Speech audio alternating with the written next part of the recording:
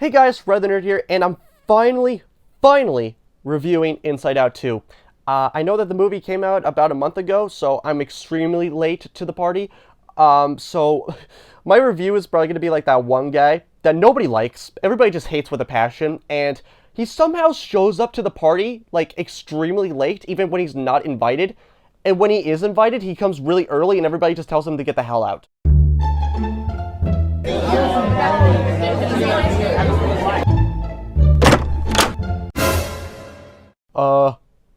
Who are you? Oh, I'm Riley the Nerd Studios. You probably haven't heard of me because I'm a pretty small YouTuber, but I recently did an Inside Out 2 review, and I was wondering if I could sneak my review in here because it looks like you guys still have some room left in here, don't you? You realize the movie came out about like a month ago, right? Oh, I'm totally aware of that. I just wanted to, I came across some information that I really wanted to add in my review, so I kind of had to work out the script a little bit. So there's a lot of different stuff in there that kind of needed to be changed and worked around and stuff like that.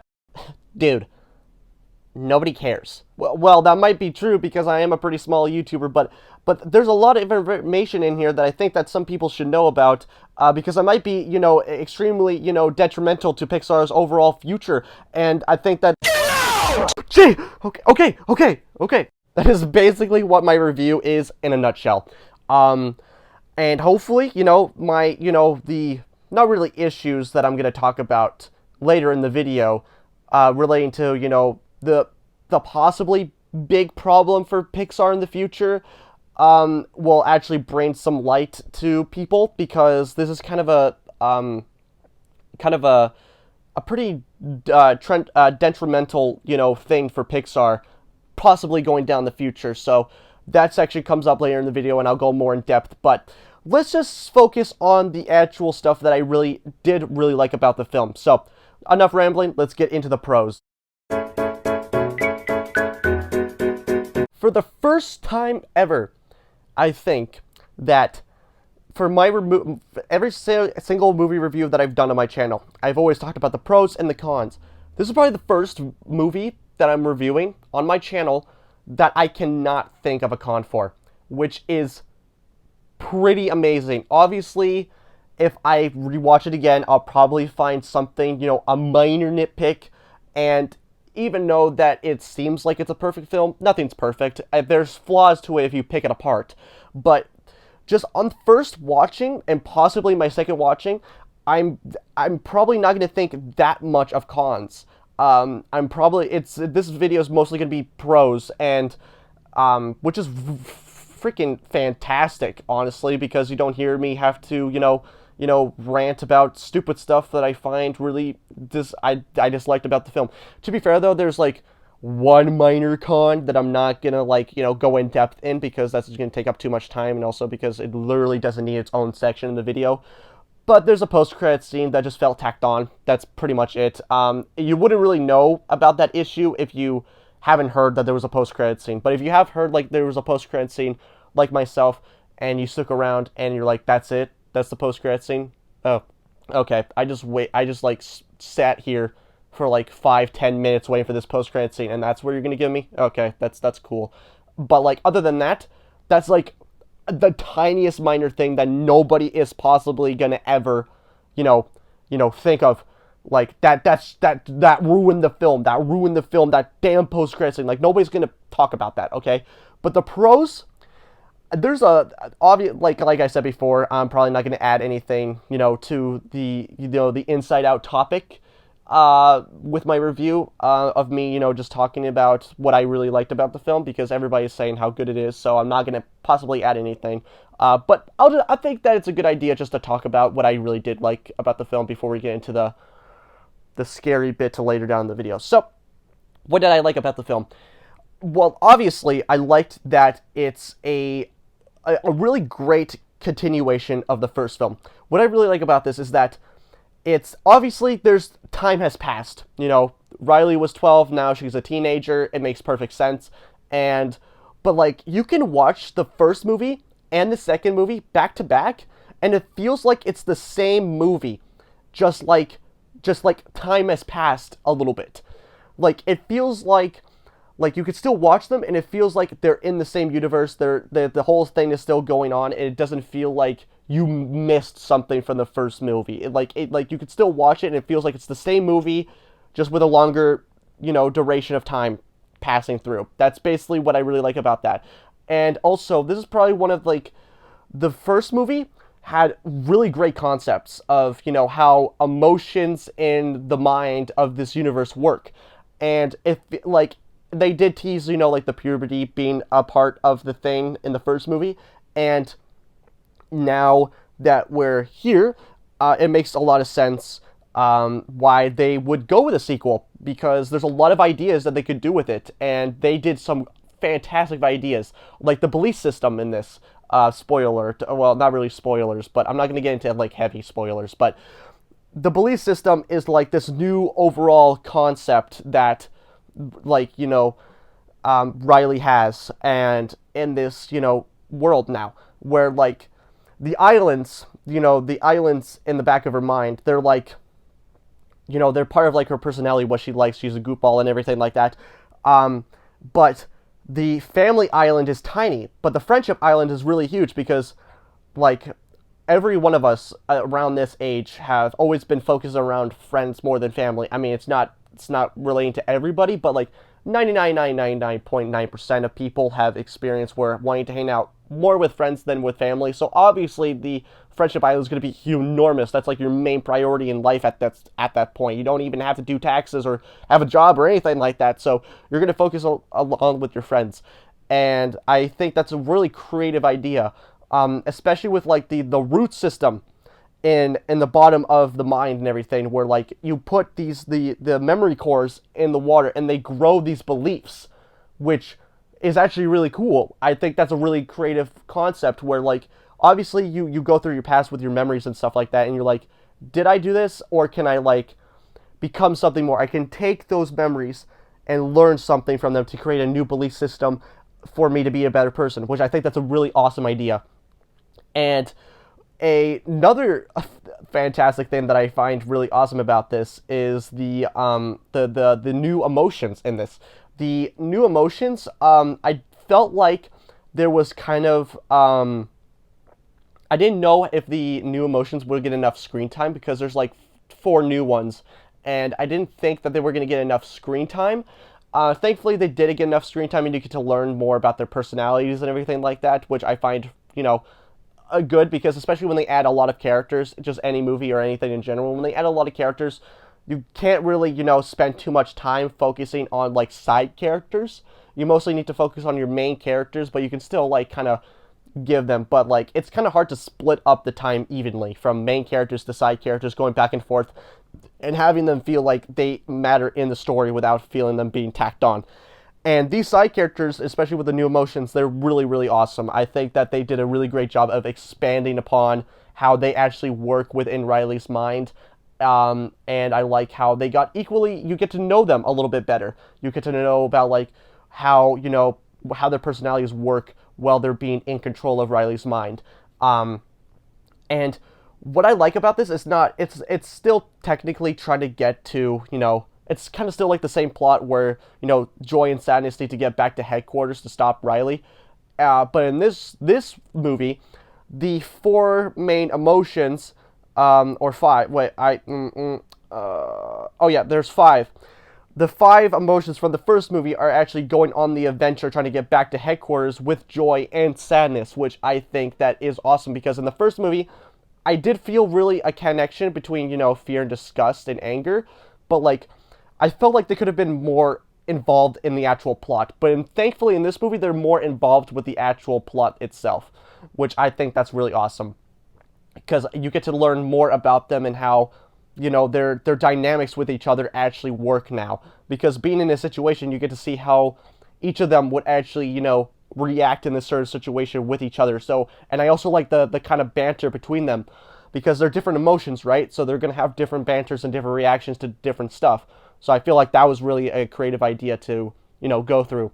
And what this film also did with, having, the kind of the side characters from the first movie being a part of the main cast and being a part of the main plot in this movie, is that Riley actually feels like an actual character. Because my main kind of criticism from the first movie is that Riley just kind of felt like a puppet, and you just wanted to see like the emotions, and that kind of does make sense because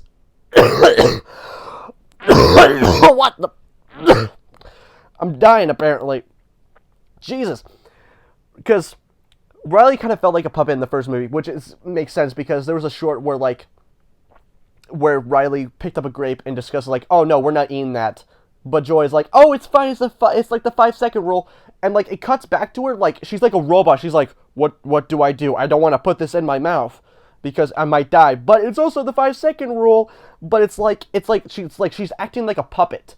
But in this movie, she's actually feels like a character. Like you actually get to learn her personality, not just through the emotions of like controlling her, but without like the emotions being on screen controlling her, you actually feel like she's an actual character now, which I think that's a really, a great idea, because I also think that they also felt like, yeah, it kind of makes it a little weird when you're just focusing on the emotions, but Riley kind of feels like a puppet. And they also kind of expanded upon that.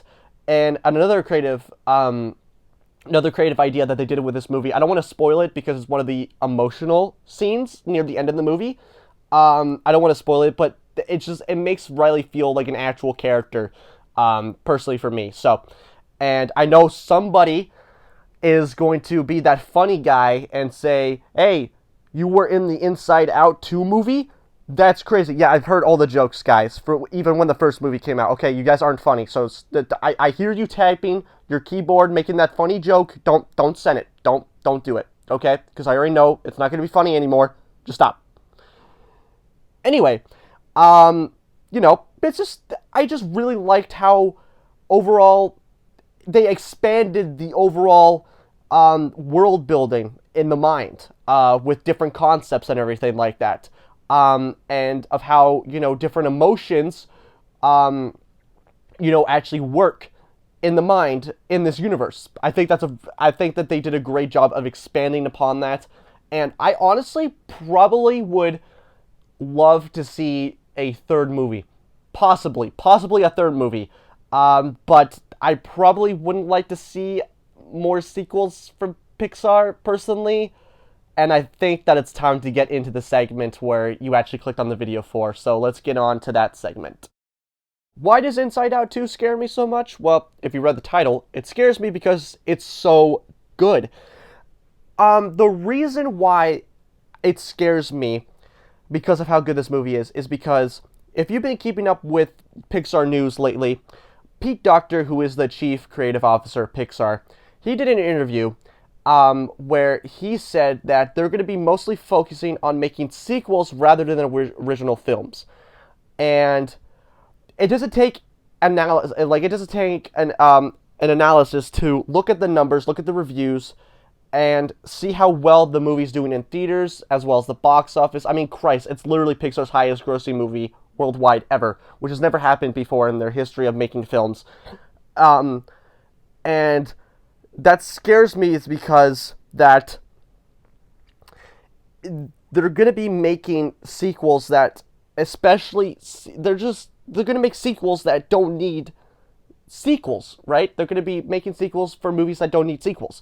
Like The Incredibles, for example. The Incredibles, like, it's set up a possible sequel. Inside Out also set up for a possible sequel as well.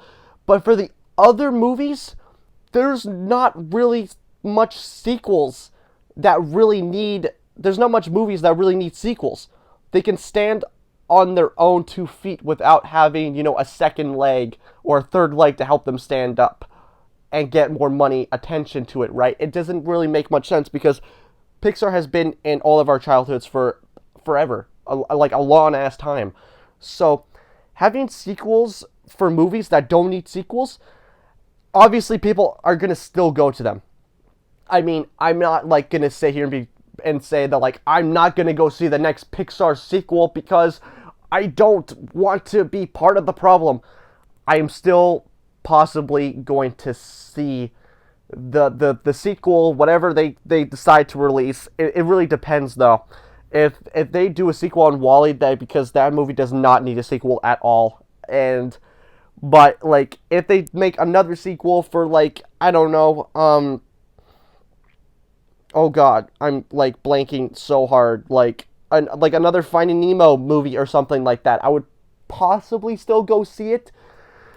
But like other than that, I like it's just kind of a big problem because people are going to be going to the movies for sequels, obviously, and since they've seen how not like their Pixar movie, like their original films, they haven't doing well financially. They're still good movies, but they're just not doing well financially because they either just got shoved onto Disney Plus and they didn't get to a theatrical release, and the marketing was pretty terrible, especially for Elemental, and like the newer movies have been really struggling with marketing, which is very, very important for a film to actually get there. Because if you have marketing, people are going to most likely see the marketing and possibly be interested in the movie to actually see it. If you don't market your movie, you're not going to get much people to see the movie, and it's going to do really badly financially. And it doesn't matter how great the movie is, it's still going to do bad financially. It's just how it works in the film industry. And making sequels it's going to do well for them, obviously, but it's still going to put, original films to the side. The reason why I love Pixar so much is because people from different cultures, different nationalities, different, walks of life, once they bring their own struggles and life experiences and putting them into film, into art, and putting it out there for people to watch. And it's 100%, it's 100% therapeutic for them to get their personal struggles out there. The reason why I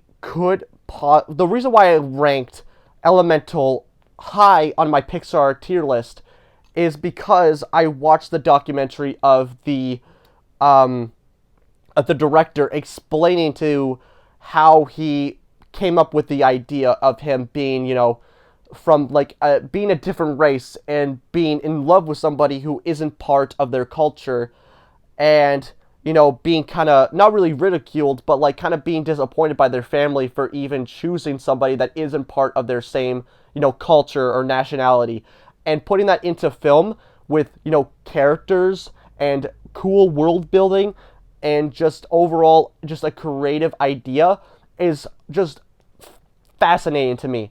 That's why I love Pixar.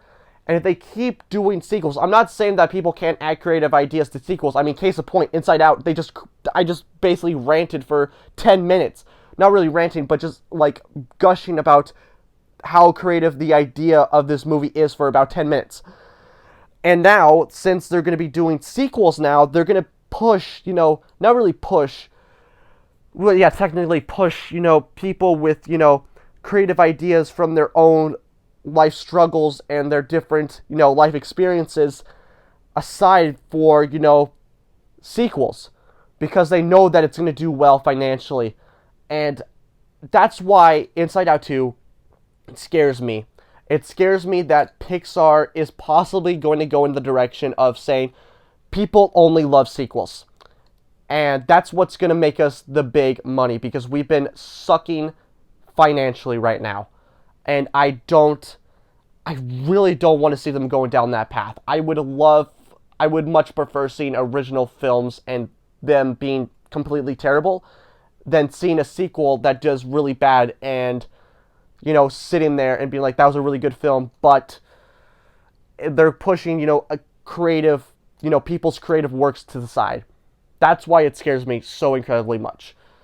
But, in conclusion, Inside Out 2 is amazing. It's an amazing movie. Couldn't find anything wrong with it.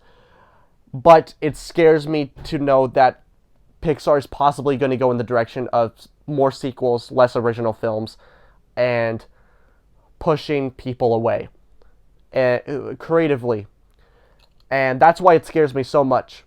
So, that's going to do it for me, guys. I really hope you enjoyed this video. Like, comment, subscribe. I don't care what you do, because that's what time it is. So, bye, guys.